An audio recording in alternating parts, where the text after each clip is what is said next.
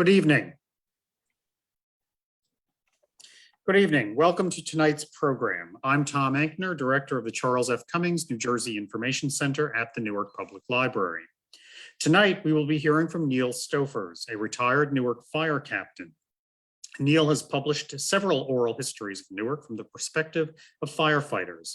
Tonight, he will be discussing his most recent book, Remembrances of Newark. We ask that everyone leave their cameras and microphones off. If you have any questions or comments, please type them in the chat box. Neal will get to as many as possible after his presentation. And now let's get started. Neal Stoffers, as I said, is a retired Newark fire captain. He began his career as a firefighter assigned to Engine Company 6 on Springfield Avenue and Hunterdon Street. He fought fires in Newark's Central Ward from the late 1970s until the mid-1980s. During this period, Neal found time to earn a BA from Seton Hall University. In 1991, he earned an MA from the same school. Multiple sclerosis forced him out of the firehouse, but not off the job.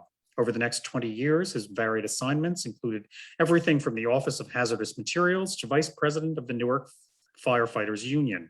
However, most Newark firefighters will remember him as an instructor at the Training Academy. He has written 8 oral history books about the Newark Fire Department, 3 adult novels, 3 children's novels, and a short history of the Chinese in New Jersey. Now, here is Neal Stoffers. Neal, and let me just share my screen so we can bring up your presentation.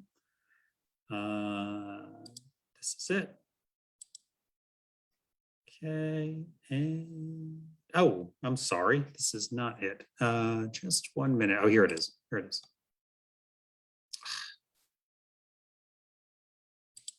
Yeah, there we go.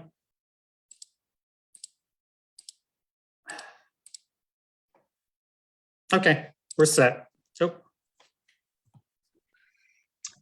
Okay, so thanks, Tom, and welcome to everybody. I'd like to start off by saying what this book is and what this book is not. You can turn the page now, Tom, to the that's it. This is an oral history filled with the little details of everyday life in the city over the past 100 or so years.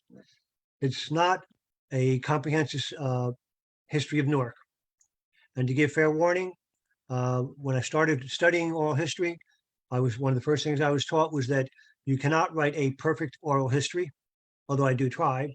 One other point I have to make is we only have an hour or so tonight, so it isn't possible to talk about so many of the rich details of life in Newark preserved by these interviews, but I hope to give you some sort of an idea.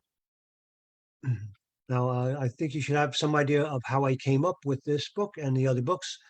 This book grew out of the questions meant to bring out what it was like to be a firefighter in Newark over the past 80 years. Out of the 70 to 80 questions I asked during each interview, 4 dealt with conditions in the city. The first one was, what was the city like when you were growing up? The second, what was the city like when you were appointed to the job? The third was, how had the city changed since you have been appointed? And the fourth, when it was relevant, was, is Newark the Renaissance city? These 4 questions are what led to this book. Now, shortcomings. Remember, there can be no perfect oral history. The mix of the people interviewed do not match the mix of the city, or the city's general population. Obviously, they're all firefighters. They're overwhelmingly male, and each had to pass a test and go through a personnel investigation before they were appointed.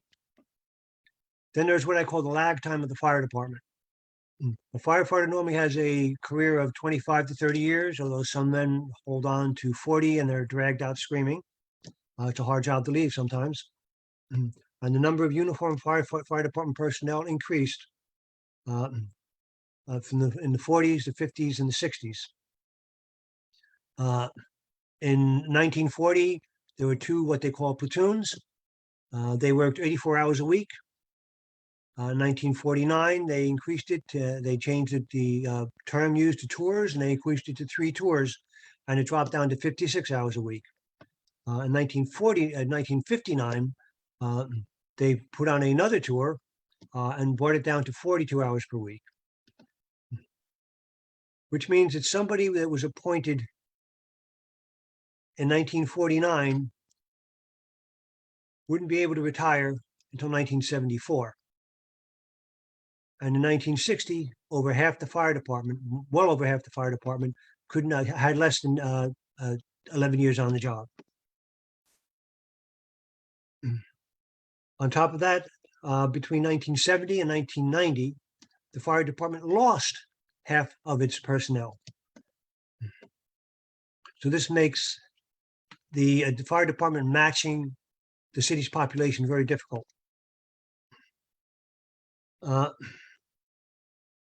Also, firefighters, in large part, are recruited by other firefighters.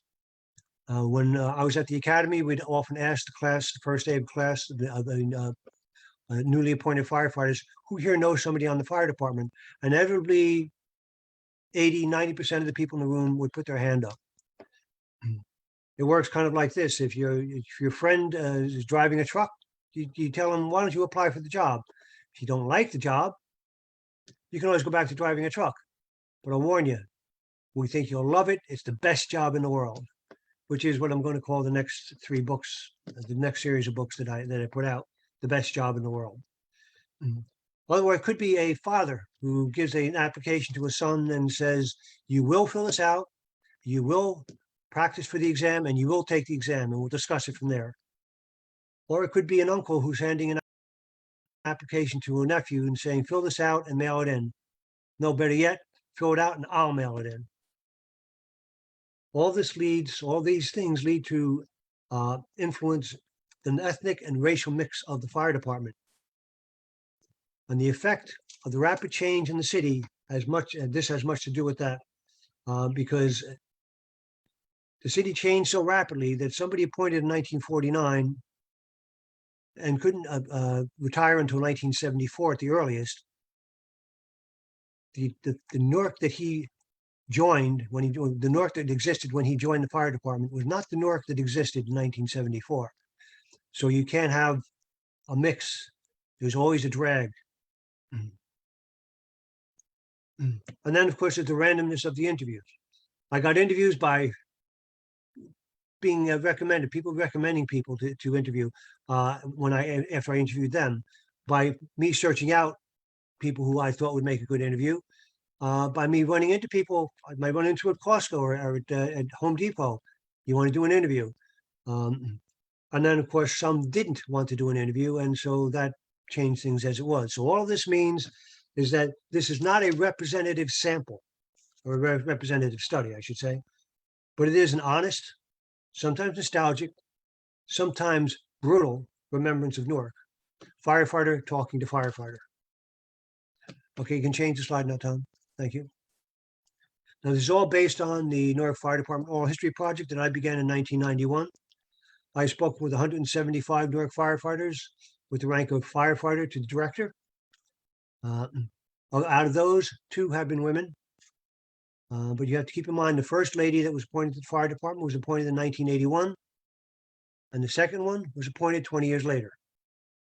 There are increasingly more women on the fire department, but there's still very few of them. So it's hard to be the representative sampling of the city when you only have men. Everybody that was interviewed was appointed between 1940 and 2016. And this is the 9th title so far. Next slide, please, Tom. So what was Newark like in the 1920s, when the first people I interviewed were children, were little boys? There was a humming industrial center, 114,000 people.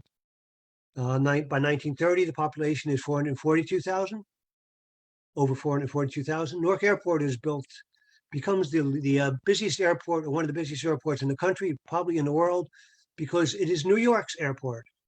LaGuardia Airport didn't exist. JFK didn't exist. The skyline has been transformed. They've started putting up high-rise buildings. Many that are still standing in downtown Newark now. The department stores drew customers from all over the North Jersey because there are no suburban malls. if you want to go to Bamberger's, and that's what it was back then, Bamberger's, if you wanted to go to Bamberger's, you had to come to Newark. There are 63 theaters located throughout the city. Each neighborhood had a theater. The Morris Canal had been filled in and became Raymond Boulevard with the subway running beneath it. And there's a thriving Chinatown on Mulberry and Lafayette Street, which is the subject of another book presentation. The Hudson Tubes connect Newark to Manhattan. They eventually become the PATH trains. The next slide, Tom. So into this city, the boys of the Depression, as they call them, are growing up. I broke the interviews up down into eras, as you can see here, that correspond to the economic and geopolitical events of the country. The eldest man that I interviewed was born in 1910. The boys of the Depression remember the city as a teeming, bustling place. Downtown stores included Bamberger's, Kretzky's, Orbach's, Haynes. It was a blue-collar town with major employers like General Electric, Westinghouse, and Ronson cigarette lighters. There were shipyards, Port Newark, and the airport. Breweries were located around the city. Flagstaff, Kruger's, Ballantine, and later on Pabst and Budweiser joined the group. Entertainment consisted of those movie theaters in the neighborhoods. Every neighborhood had one. And then there was the Adams, the Paramount, and the Bradford downtown. These hosted big band acts and stage acts like the Three Stooges. Some of the guys would cut school to see the bands. Buses were a nickel. And if you didn't have the nickel, and a lot of people didn't have the nickel, you walked. It was safe to walk anywhere in the city. And the guys talked about going to Rupert Stadium on Wilson Avenue and Avenue L, where the Newark Bears played, and paying a nickel for what was called a knothole seat. And then if you got hungry during the game, the nickel that you were going to use to go back on the bus, you bought food, and then you walked home. Weequahic Park had trotters, horse trotters, that is, semi-pro baseball that drew 3,000 people. And then they passed a hat around at the end of the game to pay the players. There were boat races. And just outside Newark, in Irvington, was Olympics Park. As boys, they played sports in the parks and the playgrounds around the city. And if you couldn't get to the park or the playground, you could always play stickball in the street. There's so few cars, you were never interrupted. None of the men remember the city as being as polarized as it was later on. And in the areas where most of them lived, the streets are lined with three-story frame buildings that were built at the turn of the century or before to house the new immigrants coming in to work in Newark's factories. Society Hills at the time, Forest Hills in North Ward, and Weequahic in the South Ward. But these are still hard times. One of the men told me that after he graduated high school, he couldn't find a job, so he enrolled at Irvington Tech to try to learn a trade. He would walk up from Spruce Street, and he'd walk a few blocks, and one of his classmates would join him. He'd walk a few more blocks, and a couple other people would join him. And by the time they got to Irvington Tech, there were 40 to 50 guys in the group, all trying to do the same thing, learn a trade so they can get a job. But after he graduated from the program and he went to get a job, nobody would give him a job because he had no experience. So what did he do? He joined the Citizens Conservation Corps and ended up in Utah, planting trees for the agricultural department. And then at night, he would be in barracks controlled by the US Army. They paid him $30 a month, but the government sent $25 back to his family, his mother and father. He was not married. He was too young for that. And he kept the $5, but it didn't bother him because he was out in the middle of nowhere and he couldn't spend the $5 anyway. These are the men who served in World War II.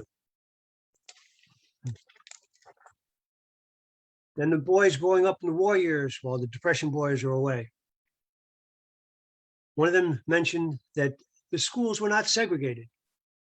He went to school, he was an African-American gentleman, and he went to school with everybody else. A lot of the guys that he went to school with became firemen also. But the movie theaters had a colored section. Everybody was consumed by sports. That seems to be the uniting theme throughout this. All these errors that we're talking about here, the one thing that people did, the boys did, was they played sports. There were no video games. There was no television for a long period of this time. They played sports, and sports were the leveler that united the people. So it didn't matter where you were from, what neighborhood you were from, you got away with it if you played well, and they tolerated you coming through the neighborhood. There was no air conditioning, obviously. So everybody was out on the front porch at night in the summer. And if you were in Valesburg and you graduated grammar school, you went to Ivy Street Junior High School until the early 60s, when it became Valesburg High. If you're an enterprising little boy, you went around looking for bottles, soda bottles, beer bottles.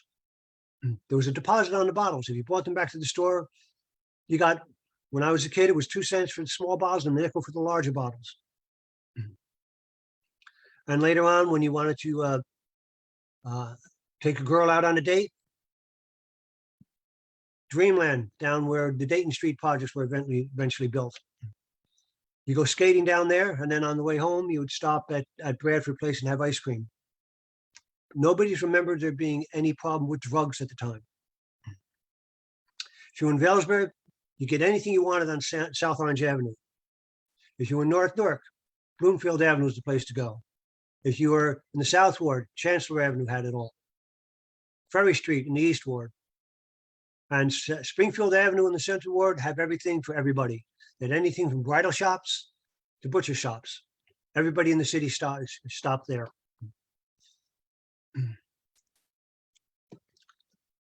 Up in Valesburg, one of the guys talked about his childhood up there. He lived on Boylan Street, and in the middle of the block was Williams Dress Factory. Now, I grew up in Valesburg. I had no idea this. All the ladies in the neighborhood worked in the dress factory. They went home at lunchtime, they fed the kids, then they came back to work. And if any of the kids had a problem, they just run into the dress factory, look around to find mom in a sewing machine and explain what was going on. And the owners tolerated this. I guess they didn't have much of a choice because the kids were right outside. It was a different time.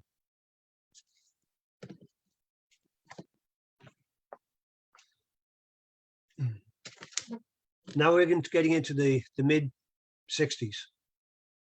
Tensions are growing in the city. There's still community. And one of the things that seems to have been universal was everybody knew everybody in the neighborhood. And if you did something wrong, your mother probably knew about it before you got home. The neighborhoods were changing at ever increasing rate, though, by now. Fights were breaking out in the high schools. But the parks and the playgrounds were still neutral territory. You played there, and it really didn't matter who you were playing against. Teenagers were hanging out on corners also, but sports was really the unifying. And then there's some nostalgia that seems to come into the interviews at this time. Do you remember the Rag Man? How about the Junk Man? These guys used to go around the city with horse-drawn wagons. If you went to the playground, they gave you a tag with your name, address, and phone number on it. And when you wanted to take out equipment, you would give them a tag. They would put the tag on a hook, and you would take the equipment out into the playground.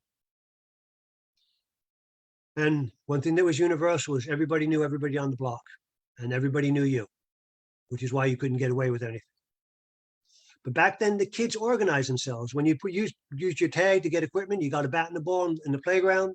You go out into the playground, and a bunch of guys would get together. You'd choose up sides, and you'd have something to do for an hour or two. But the comment was that I got, one of the comments I got was that this guy was going to Barringer High School, and he said it was not a learning environment because by 1968, fights were breaking out continually every day. And he said that he found out at that time that not everybody appreciated people like him. And now, as we move further and further into this era, the comments about where people are playing begins to change. You get comments like, I used to play in the burnt out abandoned cars. And there was the crime rate was high in the neighborhood, but my parents kept me in an envelope in a tough environment.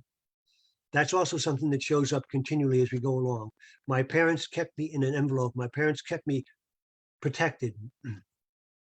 My parents watched out for me. I wasn't allowed to, that type of thing. Kept in a bubble.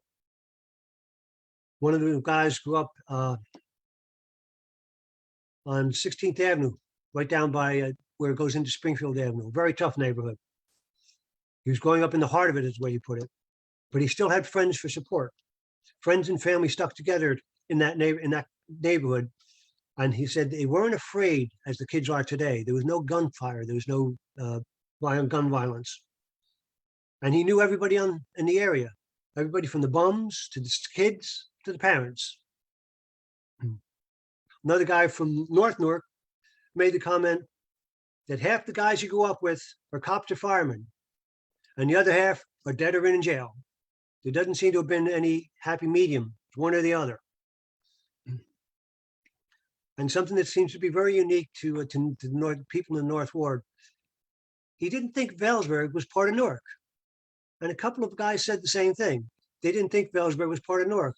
One of the guys was on the Barringer football team, and the coach came in and said, we're picking up this new school, Vailsburg. And he thought, Vailsburg, yeah, that's up by Maplewood. Is that part of Maplewood? He didn't know Vailsburg was part of Newark. But it was in the playgrounds where learning was had. Learning to get along in an increasing multicultural environment. It was important to be with your friends. And the neighborhood watched out for the kids. So there's no worrying about somebody kidnapping your kid, because everybody's keeping an eye on all the kids. To give you a feel for I'll tell you comments that one of the guys made. He said he was surrounded by so much negativity. Everybody wanted to do drugs. Everybody wanted to be in a gang, but that wasn't him. It was his choice that he made not to do that. He wanted to become something. Became a fire captain, and he's not off the job yet. He may go higher than that.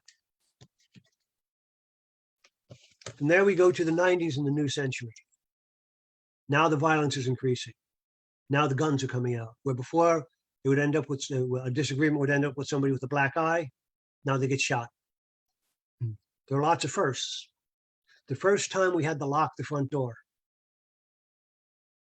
Then there was the first African-American family in the neighborhood. The first Latino family in the neighborhood. All were accepted. Although there were some fisticuffs at the beginning between the boys. But playgrounds and sports are still the outlet for everybody. And even in rough neighborhoods, there is community. Everybody's looking out for each other, but they're unaware of other parts of the city. They don't know beyond Orange Street in the North Ward. They don't know beyond the Parkway if you're in Vailsburg. They don't know beyond Penn Station if you're down Neck. But they're starting to make comments like the riots were history now, and the city had a lot of bad publicity. But they're being kept close. So one mother had Halloween parties instead of having the kids go out to collect Halloween, to do trick-or-treating. One of the boys grew up on Lehigh Avenue. He was out in the front yard playing with his toy soldiers, and he found some objects to throw at the soldiers as missiles. His mother came out and almost had a heart attack because her son was throwing crack vials at his soldiers. He said within a couple of weeks, he was in North Carolina, living with family down there, going to school down there. He would come back to Newark to visit often, but he completed his schooling. He didn't get back to Newark until he was graduated from college. And then the two ladies that I interviewed, they always had curfews. From school, you had to be home by such and such a time. And the only way you got away from that is if you got a job or you played sports or had a school activity. They were kept in bubbles. But even in the South Ward, which was getting very tough, there still was sports. There was still something to do beyond the trouble. To give you a feel for what it was in the South Ward, one of the chiefs told me that when he was in elementary school, the South Ward was bad, but not so bad. Then, as he started to grow up, things began to change. Started in 8th grade, where one of his friends was actually shot. Then from 8th grade through high school, he said, I lost a lot of friends to street violence. A tough area to grow up in, but it's said to be improving now. So there are other unusual childhoods in Newark. One of the men grew up in the 30s in the North Ward down by the river. And there was a cemetery down there, and there was a part of the land that jutted out into the river. He got some sand and he spread it around, and he put some rocks around the edging. There was a telephone pole that was leaning over the river. He put a platform on top of it, cleared out the rocks underneath that. They would go swimming in the river. They jumped from the platform into the river. And this is a long-term project because as it went on, he built the dock, and they would launch boats off the dock and have girls come down to sunbathe, I guess, on the sand in their beach, if you would.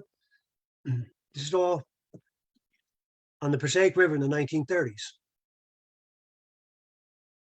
Then there was a guy who was in one of the first families that moved into Stephen Crane Village up in North Newark. At the time, it was filled with veterans from World War II. He said that at the end of the block, there was a working dairy farm in Newark. They had black and white cows, and he'd go down and look at the cows. At the other end of the block, where Clara Moss is now, there was nothing but woods, and they would play in the woods. They'd go from the dairy farm to the woods in Newark in the 1950s. One of the guys grew up on Central Avenue, or around Central Avenue on 9th Street. He said at night, if the wind was blowing light, you could hear the tugs working in the harbor. And then a guy had a Huckleberry Finn-like childhood down neck, where Passaic Valley sewage treatment plant is down there now. That was all marshes. He would go down there, they would catch frogs, they would go crabbing down there. They'd cross the Bayonne Bridge and fish in the Bayonne Marina. Or they would go to some of the companies that had lard, and they would put out large pieces of styrofoam. They would take the styrofoam and make them into boats, and they'd float around to the marshes and down into Newark Bay. That was another time. Okay, Tom, can you change the slide, please? This is a map from Charles Cummings' book, Newark. It was put together by the Presbyterian Society or something along those lines. And it's showing the different ethnic groups, the different groups of foreign-born people in Newark in 1911. I'll point out right off the bat that Vailsburg is not included. So I am assuming, and it makes sense, that Vailsburg did not have a lot of foreign-born people in it, so they just ignored them. But you can see that Newark is broken up into neighborhoods even back then. Newark has always been broken up into neighborhoods. Can you change the slide now, Tom, please? There have always been ethnic enclaves. Every group seems to have had an area for themselves. Weequahic was predominantly Jewish at one point. In the center of the city at Bergen Street, from Bergen Street to the city line, and from Springfield Avenue to South Orange Avenue, the guys in the firehouse called it Schmierkäse country, after the German beer, the German cheese. It was solid German. St. Anne's Parish on 15th Avenue was called the German Parish. My grandmother's brother was the pastor there in the 1930s. Vailsburg was very mixed, and they didn't have a lot of concentration of people, but they had ethnic foods, etc., in the area. North Newark was Italian, Southern Italian. Why do I say Southern? Because those are the people that settled there. Why? Because there was chain migration even back then. Somebody would move in, they would send for their family would come. Then there would, people from the home village would come, and they would all settle in the area that the first person came in. So North Newark was settled by the Southern Italians, but the Roseville section had a lot of Irish. And down neck was a kaleidoscope. There was a Polish neighborhood. There was an Irish neighborhood. Irish Neck is what they called it. There was an Italian neighborhood, but the Italians down neck were from northern Italy, not southern Italy. And there was Dutch Neck, the German neighborhood. If you go to Wilson Avenue, you go to Wilson Avenue School, you will see at the side of the building, literally etched in stone, the name of the school, Hamburg Place School. They changed the name to Wilson Avenue during World War I because of the anti-German sentiment. But that was Dutch Neck. That was the German part of down neck. There was a Lithuanian population down there, a Spanish population, a Portuguese population still there. There was an African-American population that was down there for generations. And you could tell the predominant ethnic groups in the area by the churches they attended. If you were Irish, you attended St. James Church. If you were Polish, you attended St. Casimir's. You could find different foods in each, different type of foods in each of the neighborhoods. There were Jewish bakeries in Weequahic. There were German bakeries. My grandfather's sister ran a bakery on South Orange Avenue, a German bakery on South Orange Avenue in Valesburg.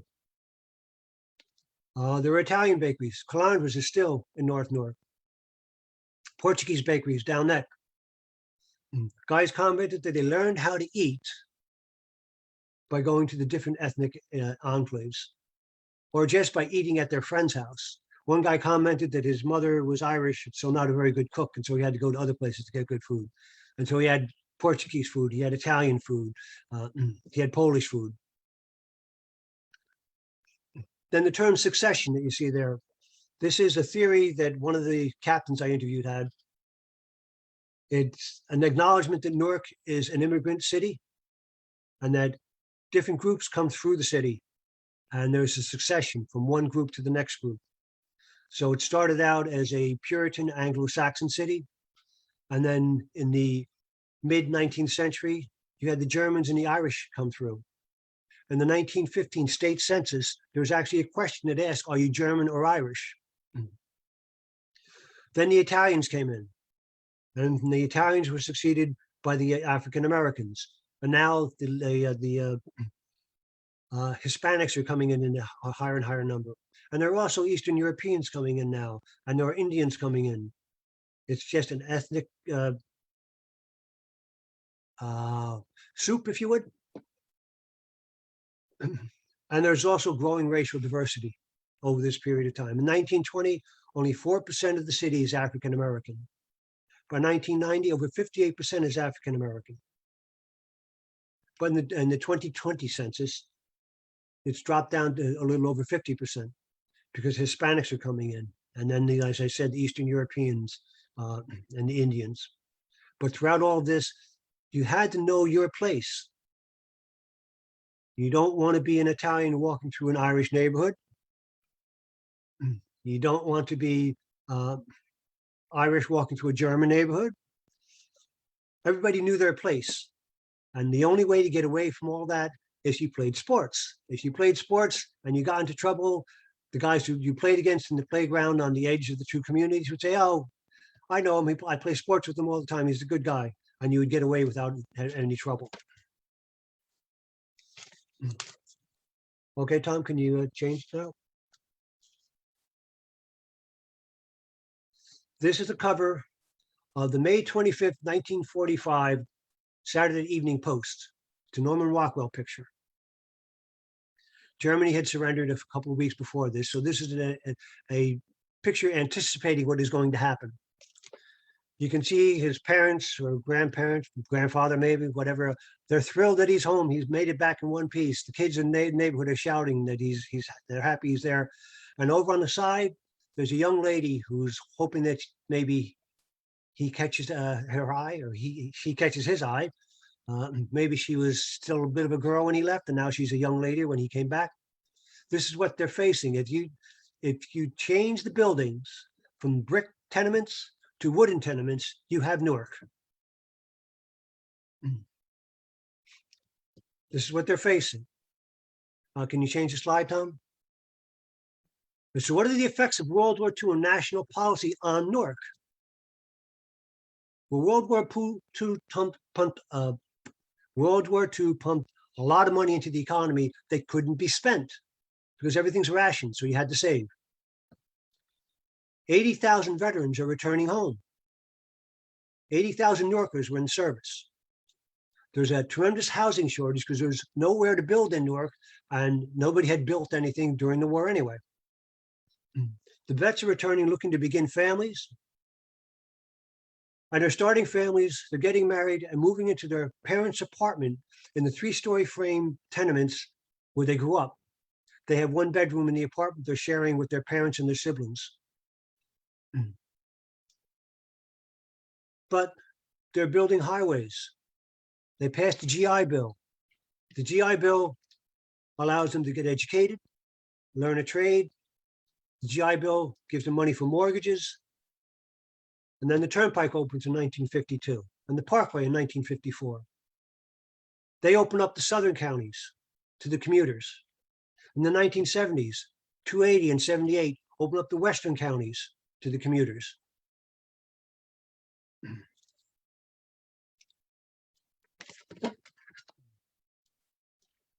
And then the veterans are looking for some place to settle as a family, and they can't find it in Newark. If you can change the slide, Tom. So what's it like coming on the job? Well, depending on which generation we're talking from, we'll start with the Depression generation. They now have the viewpoint of young men and the concerns of young men. They're looking for jobs. They're looking for housing. They're looking to start families. But if you want to buy a house in Newark, you need a 20% down payment because the housing is so old, the banks are not going to risk it. You can go out of the city. You can put $250 down and have a mortgage of $45. This is compared to a rent of $45 to $50 in the city, if you can even find somebody who would rent to kids. And there are signs as you go a little further south to Union County, Middlesex County, there are signs going up with all the developments down there. Veterans, no down payment necessary. You just need to show that you had a steady job. If you had $20 for closing costs, you could move into one of the track houses that are already built the next day. The firemen are making $2,400 a year. They're clearing $78 every 2 weeks. The difference between $45 and $50 is a lot. It's a big hit to them. And then all those people that were down neck, they were saving money, they're looking to spend it now. So the returning veterans are leaving the 3-story frames that they live with their families, with their parents, and they're moving out of the city. The major employers down neck at the time are Ballantine, Public Service, Beltel, the paint companies. And all these people had worked throughout the war and saved their money, and now they're moving out too. So what are the impressions of the time?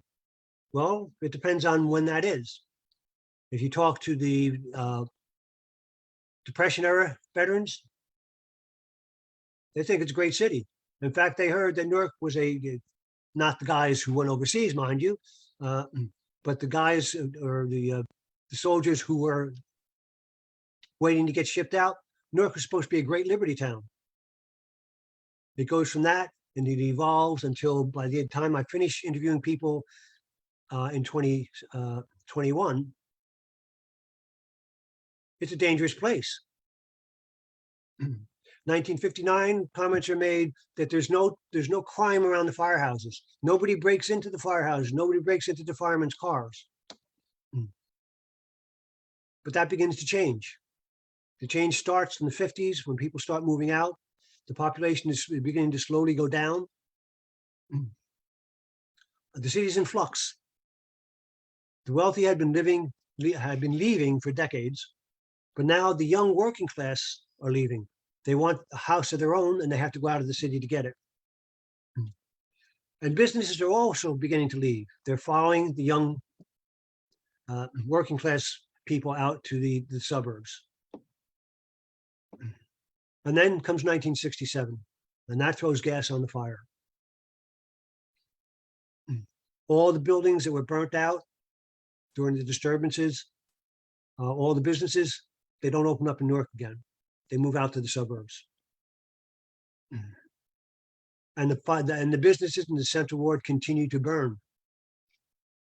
I'm not going to say why, but they continue to burn. And so as soon as they're burnt, they get the insurance money and they move out to the suburbs. So Springfield Avenue was once a shopping mecca, is slowly but surely being abandoned.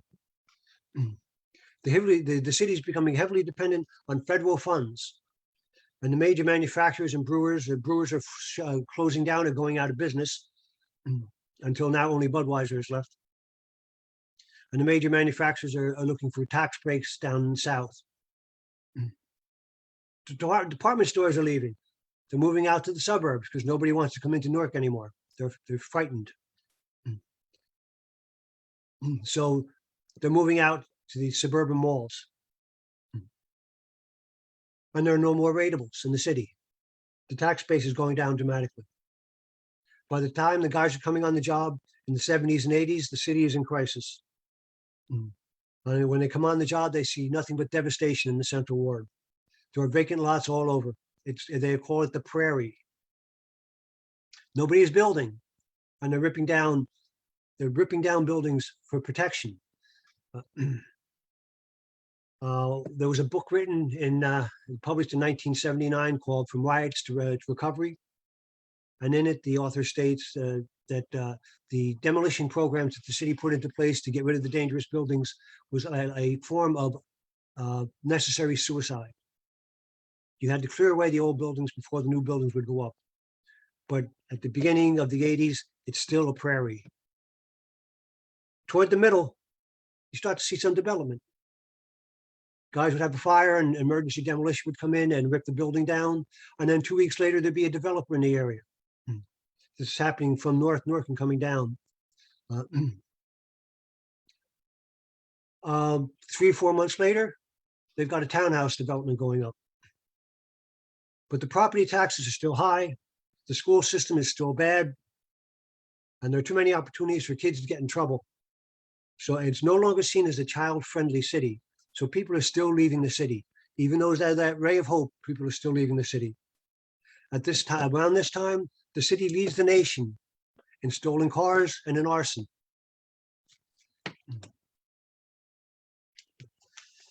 But then when I started interviewing guys a little later on, like in 2016 and 2021, the city, they say, got a bad rap.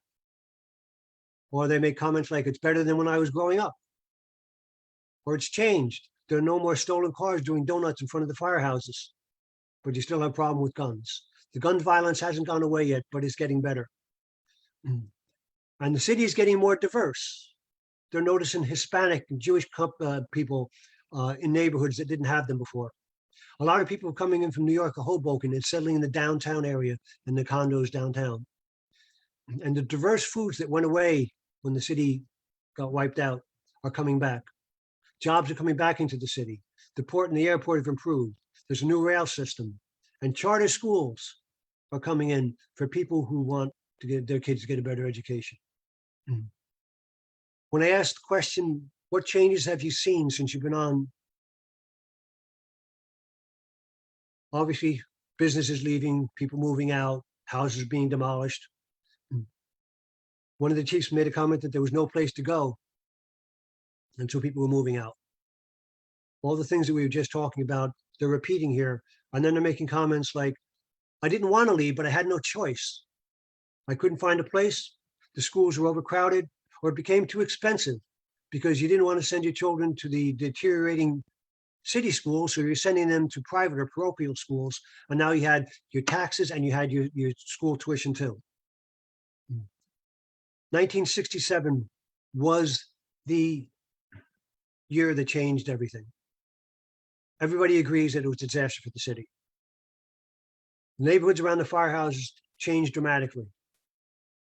Now, rocks are being thrown at firemen, rocks and bottles, firehouses are being broken into. The inner city becomes a food desert. When I was at the firehouse on Springfield Avenue, we really had to bring food in with us. Businesses have continued to burn after the riots. The neighborhoods that were once community before, people are moving out and the community has vanished. And the population is shrinking. In 1960, population was over 405,000 people. By the year 2000, they lost over 131,000 citizens in the city of Newark. As we already said, the small businesses are leaving, the department stores are going to the malls. These are all the negative changes. What about positive changes? What's going on?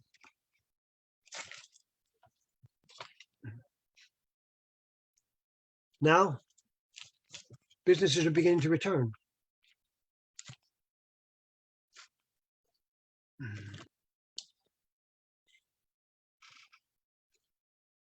Let's see. Can you change the slide, Tom? Oh, no, look up. Well, businesses are beginning to return. The city's, I get comments like the city's gotten a bad rap. I did that already, okay. I got it. Business, sorry about that, folks.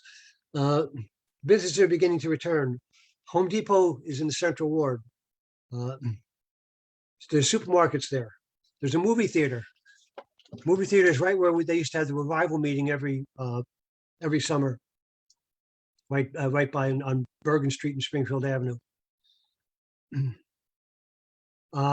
2016, there's a comment made that the businesses in the Central Ward are doing well, but downtown is lagging. But by 2021, the comments are going, Springfield, let's see, downtown is seeing banks popping up. There's a Starbucks down there. There's luxury condominiums. Hotels are going up on Broad Street. Prudential had 4 or 5 buildings fully occupied, where in 1993, one of the chiefs made a comment that there was only high-ranking people in the Prudential building in Newark because they couldn't get anybody to work down there. Panasonic has opened an office building in the middle of the city. Springfield Avenue has a shop right now, has the Home Depot, there are townhouses. And the population is beginning to grow.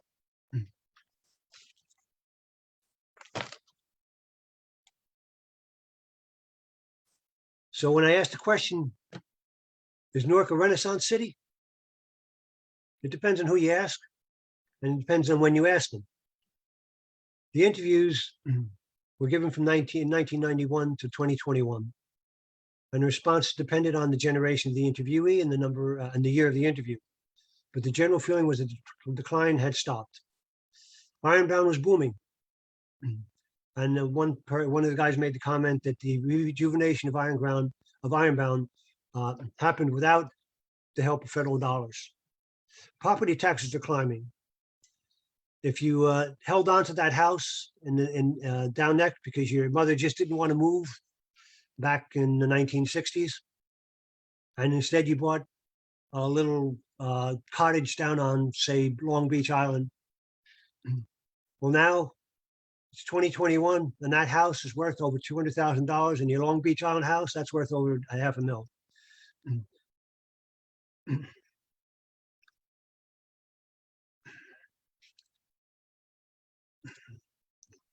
Downtown is, let's see, where'd downtown go?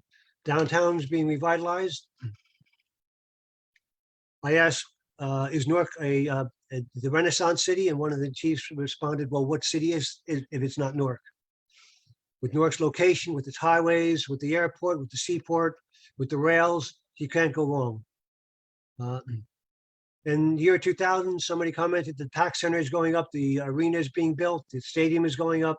That's a nucleus for improvement. And now all they have to do is come up with the condos for the young professionals to live down Neck and downtown, and the city will take off. But then there were the neighborhoods. They have to start improving the school system before you see an improvement in the neighborhoods, was a comment. And one of the guys said that calling Newark a Renaissance city was almost a fraud because the decline had stopped, but they needed leadership. Now, this is in the year 1999. The fires had lasted into the late 80s. They started in the late 60s, middle 60s, and went to the late 80s. He said it was like a 20-year war.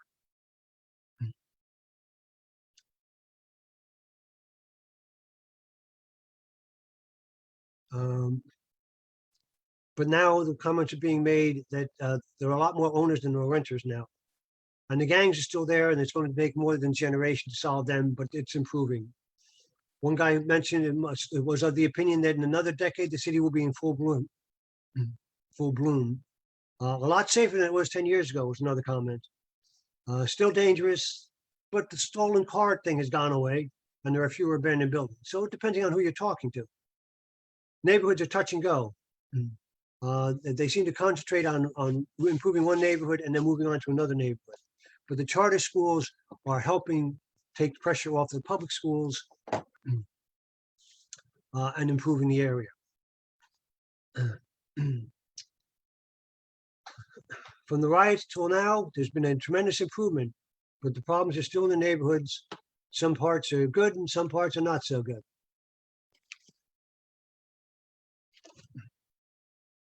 So, okay, we talked about business returning already because I got a little ahead of myself. And the population is growing. So now in the 2020 census, the population in the city grew $38,000, 38,000 people. So guys have optimism now, but there's an acknowledgement that there will be a continual need for leadership and lots of hard work. As far as the fire department is concerned, it's been a dramatic improvement. At the height of the fires in 1980, the city actually had a major structural fire every 13 hours. Those were the bad old days. Hopefully they'll never be seen again. So if there are any questions or anything, or I can throw a couple of more stories at you to illustrate things, but I can open the floor up for, I've got chats here. Let's see what it says in chat. Okay, well, thank you, Neal. Thank you. That was terrific. So I just want to remind people that if you have any questions or comments, just type them in the chat box and and we will get to them. But I actually have a few questions of my own. There's one question I have. Your books are oral histories from the perspective of firefighters. Right. Excuse me. How is the perspective of a firefighter in Newark likely different from that of, say, a teacher or a waitress or a business executive? Firefighters see the bad side of the city. They see the underside of the city, if you would. That they aren't treated the same as the police. When the riots, when the projects were up, we were allowed free reign into the projects. We could pull in we could park in front of the projects, and we could walk in. We'd have to watch because they like to throw things at us, etc. But there was not really any violence to the firefighters. As I understand it, what stories that I have heard is that the police used to go to the bottom of the staircase in the projects with a bullhorn and shout up, did anybody call for the police? Because they were afraid to be jumped. But we were given free reign because we had to put the fires out. And so they accepted that.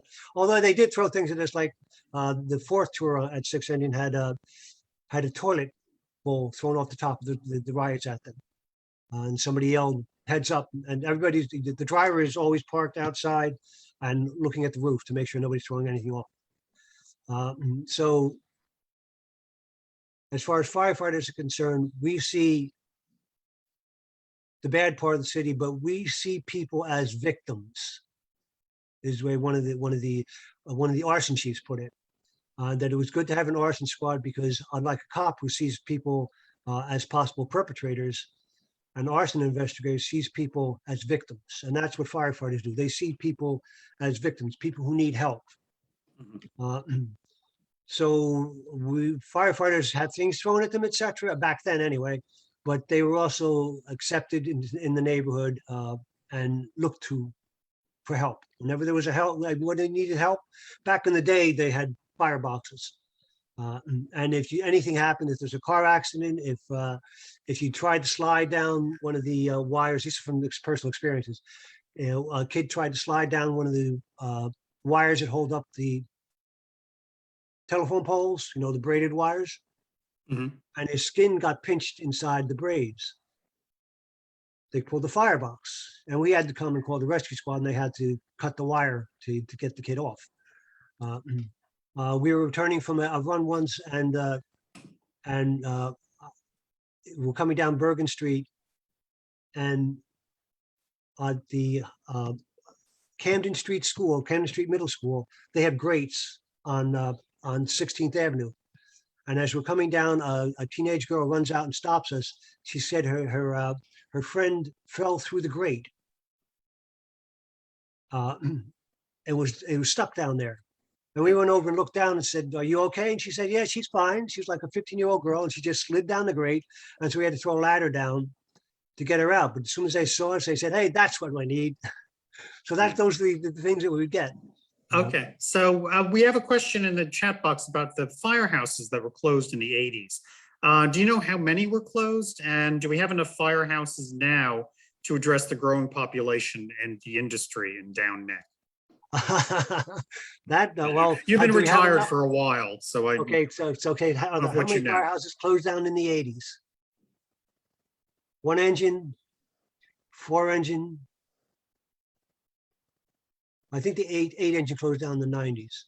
One engine, four engine, 6, 7, 8. I'm counting here. 9, 10, Okay. 11, 12, 13.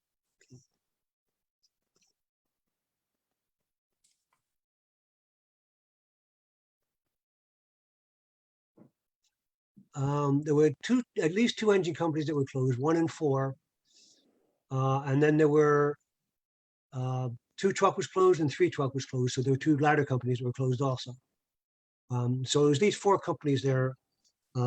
Since I was put on the job, there's been many more than that.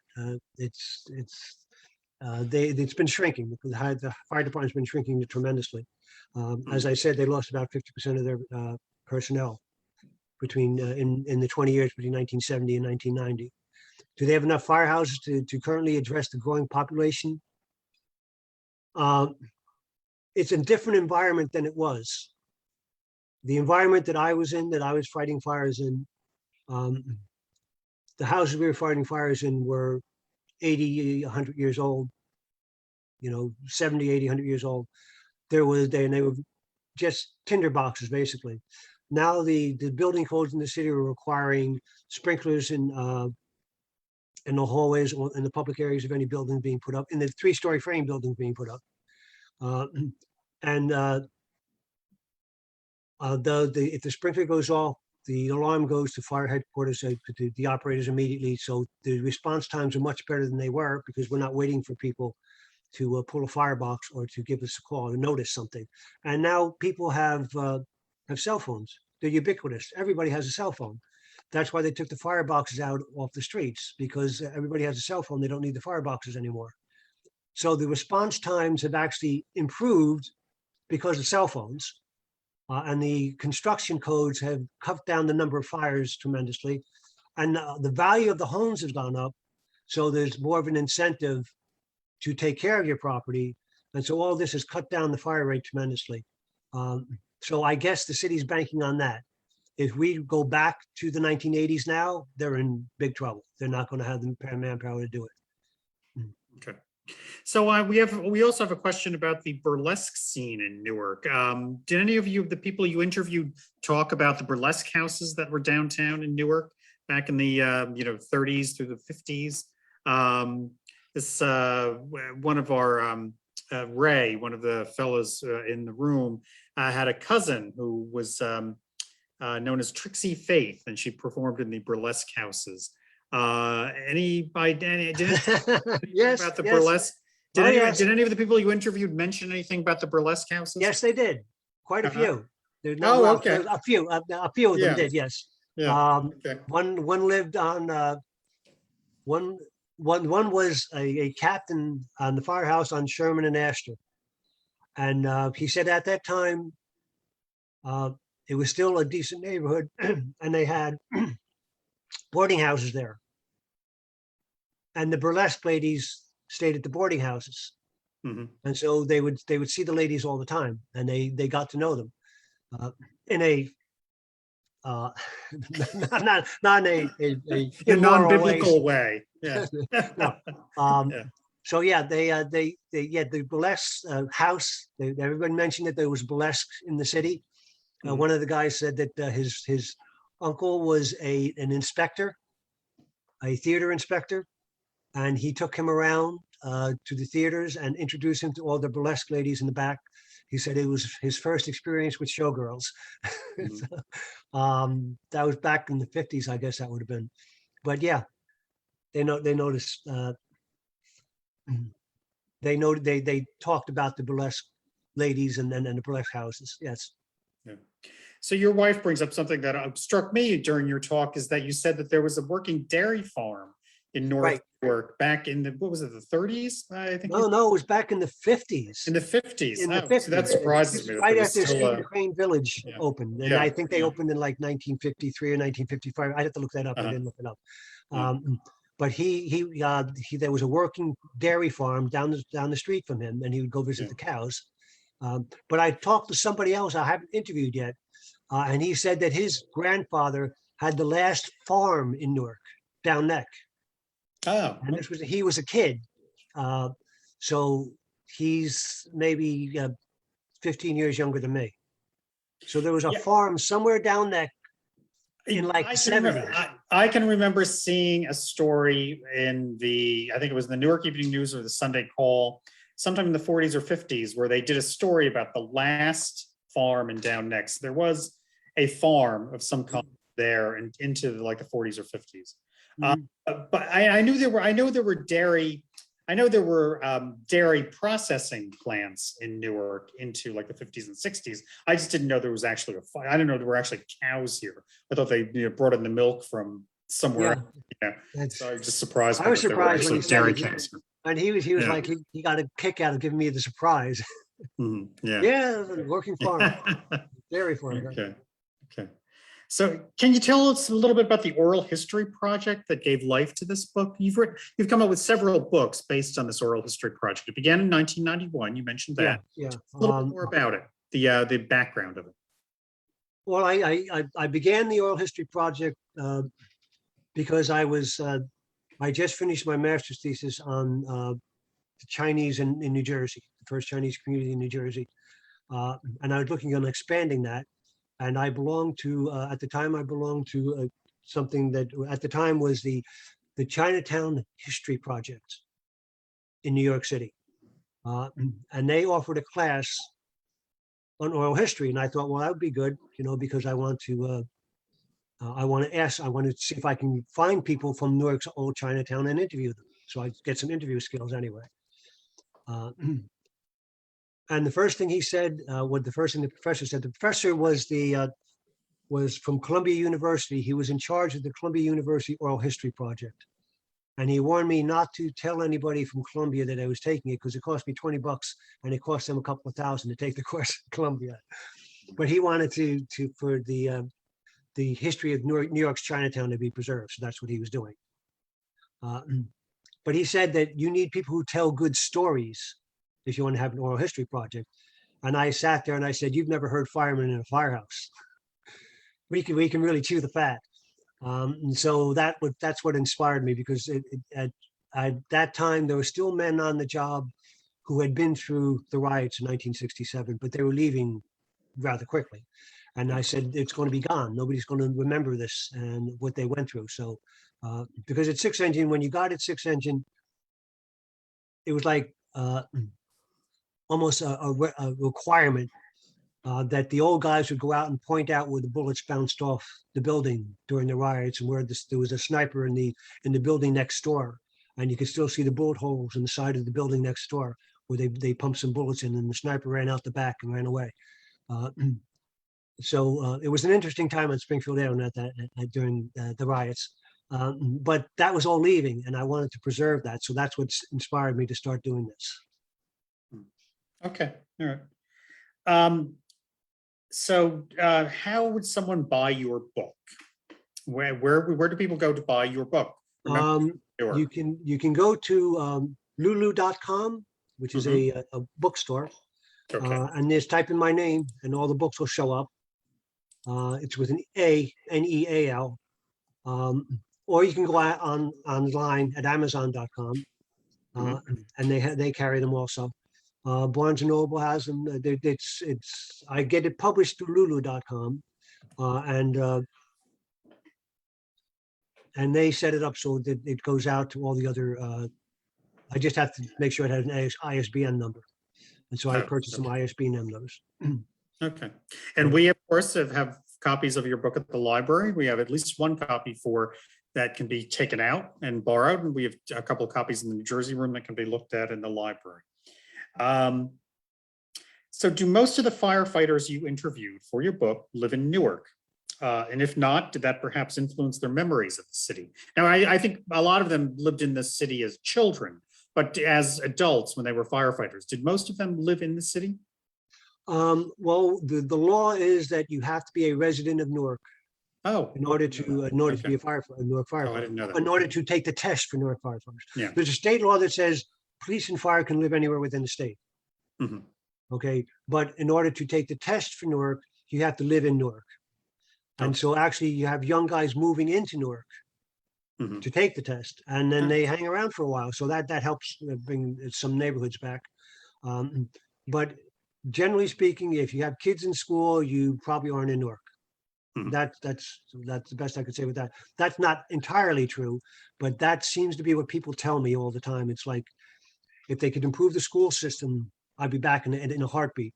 And now that one of the guys says that he asked his wife, now that the kids are out of college, would you consider buying a house in Forest Hills and moving back to Newark? Buying one of those mansions that are there. Yeah, some beautiful houses there. Yeah. Well, I've got, I can give you a story that one of the guys gave me. In fact, the oldest guy that I interviewed gave me this story. In the 1940s, he was at 9 Engine, which is on Summer Avenue, and they had a fire in a chimney fire in North Newark, in Forest Hill. And the man who owned the building was by a man named Scudder, and he also owned the Newark Evening News. So they pulled up to the house, the mansion, if you would, and the butler held them at the door until the servants could roll up the carpets. Or not the carpets, the rugs, the Oriental rugs. Yeah. And the Oriental rugs, he was told, were worth $100,000 each, Yeah. which in today's money is 1.3 million. Mhm. So they had to roll up the rugs and take the paintings off the walls before they let the firemen with their dirty boots into the house to put out the chimney fire. Yeah. So that's, Lucky the house didn't burn down. well, it was just a chimney fire, so it's inside the chimney. Yeah. Like Yeah. creosote or whatever in there. So that's why they did it that way. Yeah. But that's what it was like back then. Mhm. Okay. Are you working on another book? I'm working on a series. That's why I said it's called The Best Job in the World, because that's the way guys discuss it, the way guys describe the job all the time.